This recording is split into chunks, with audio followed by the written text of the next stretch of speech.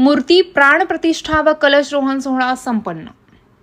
महागाव तालुक्यातील राहूर येथे महर्षी वाल्मिक ऋषी व श्रीराम दरबार मूर्ती प्राणप्रतिष्ठा व कलशरोहण सोहळा मोठ्या आनंददायी व उत्साही वातावरणामध्ये पार पडला। गावातील गावकरी मंडळी, युवक मंडळी व महिला मंडळींनी या कार्यक्रमामध्ये मोठ्या उत्साहाने सहभाग नोंदवला। गुरुवार रोजी सकाळी 10 ते 4 वाजेपर्यंत मूर्ती व कलशाची शोभायात्रा काढण्यात आली। रात्री 8 वाजता हरिभक्त पारायण श्री गोपाल महाराज कवठा बाजार यांच्या कीर्तनाचे आयोजन करण्यात आले होते।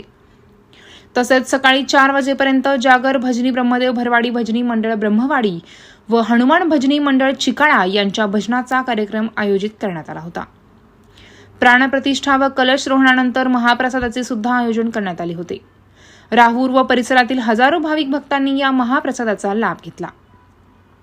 मूर्ती प्राणप्रतिष्ठा व कलशरोहण व्यंकट स्वामी महाराज, श्याम भारती महाराज, गजानन महाराज डोबळेकर, गोपाल महाराज कवठा बाजार यांच्या हस्ते करण्यात आले।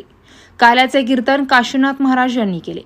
कार्यक्रमाला विशेष उपस्थिती महागाव उमरखेड विधानसभा क्षेत्राचे आमदार किसनराव वानखेडे, भारतीय जनता पार्टीचे नेते नितीन भुतडा, माजी आमदार नामदेव ससाणे हे होते। तर कार्यक्रमाच्या अध्यक्षस्थानी BN चव्हाण, उपजिल्हाप्रमुख शिवसेना हे होते।